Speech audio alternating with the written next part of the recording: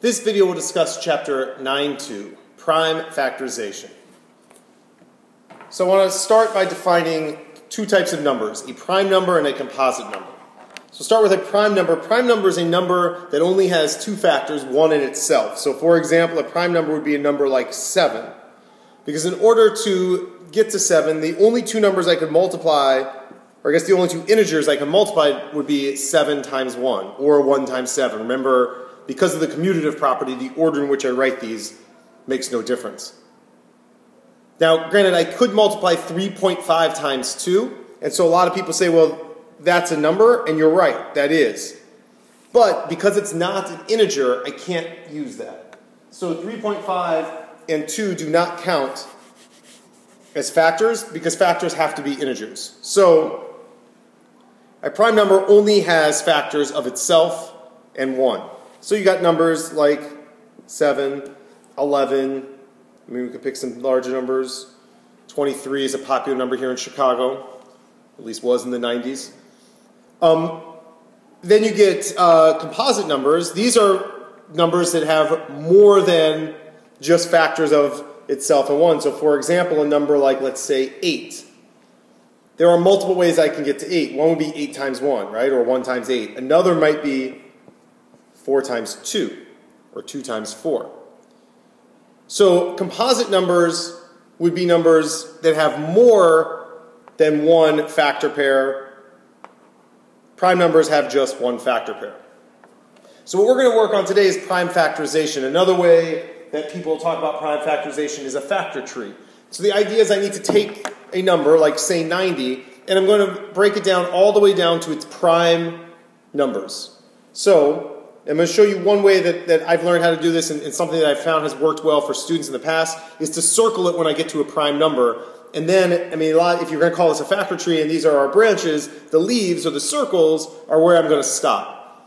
Now, the two numbers that I picked for here really don't matter. I'm going to show you because I'm going to do this twice, and you'll see that we get the same answer. So typically what I like to do is try to pick numbers that are somewhere in the middle. You know, so they're somewhat close to each other. But these two numbers, when multiplied together, would have to give me 90. So I'm going to pick 10 and 9. 10 and 9 both are composite numbers. They're not prime, so I need to keep going. This becomes 2 and 5. 2 is a prime number and 5 is a prime number, so I'm going to stop there. And this would become 3 and 3, and 3 is a prime number, so I'm going to stop there. And so the prime factorization of 90 is 2 times 3 times 3 times 5. Right? And so you could actually multiply this out and get yourself to 90.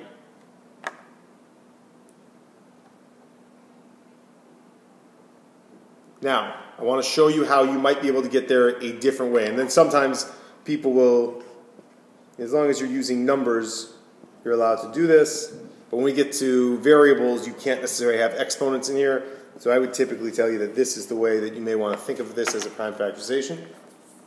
I'm going to put this off the side because I want to come back to this. So let's think of a different way that we might get to 90. Right? Instead of doing 9 times 10, we could do something like,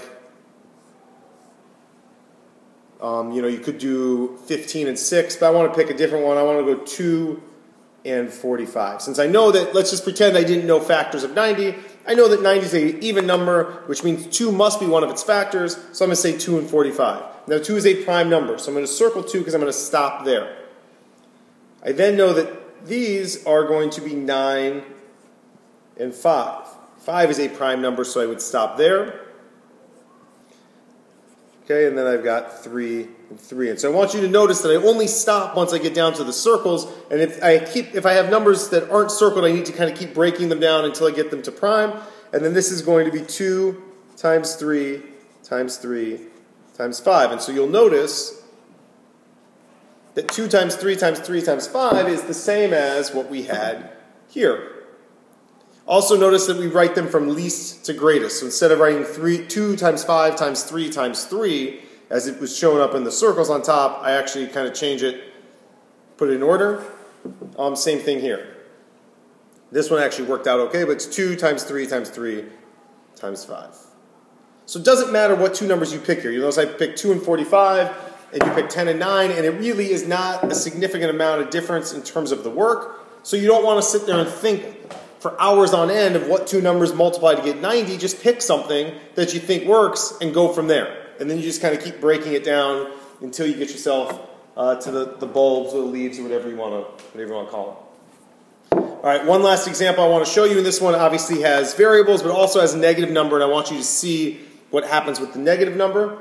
So what I need to do is break this essentially into its components, and I'm going to figure out what each of these would break down to. Now, a negative number, the really important thing to do is the first thing I want to do is get rid of that negative 1, because that negative 1 is a prime number. It is the only negative prime number. And then, because if you think about negative 1, negative 1 would be the only number that its factors are 1 and itself. So if you picked a number like negative 2, you could go negative 2 times 1 or negative 1 times positive 2. And so you end up getting two factor pairs there. And so this then is 28. I can then break the 28 down into a 4 and a 7. 7 is prime. And then this is 2 and 2. So as I try to figure out what this breaks down to, this one will be R times R times R times R, right? There's going to be 4 of them. And this is an S, and so this will be S. So these are not quite so hard to break down. So it's going to be negative 1. Remember, I'm going from least to greatest. Negative 1. I better give myself some room. I'm going to write it down here. I got negative 1 times, I'm going over here, 2 times 7 times R times R times R times R. There's 4 of them, and then the S. Negative 1 times 2 times 2 times 7 times R times R times R times R times S is the prime factorization of negative 28 R to the 4th S. So I want you to notice that you first go numbers, and then we go letters, and you're going to kind of have to write them all out. And I want you to see that you can't necessarily make this that, right? And so if you remember back on, for example, this one, we did use an exponent. Okay, you cannot do that when we start talking about variables. All right, that's all we got for you on prime factorization. Thanks very much for watching the video. Don't forget to do the problems on the bottom of the page. I'll see you in class.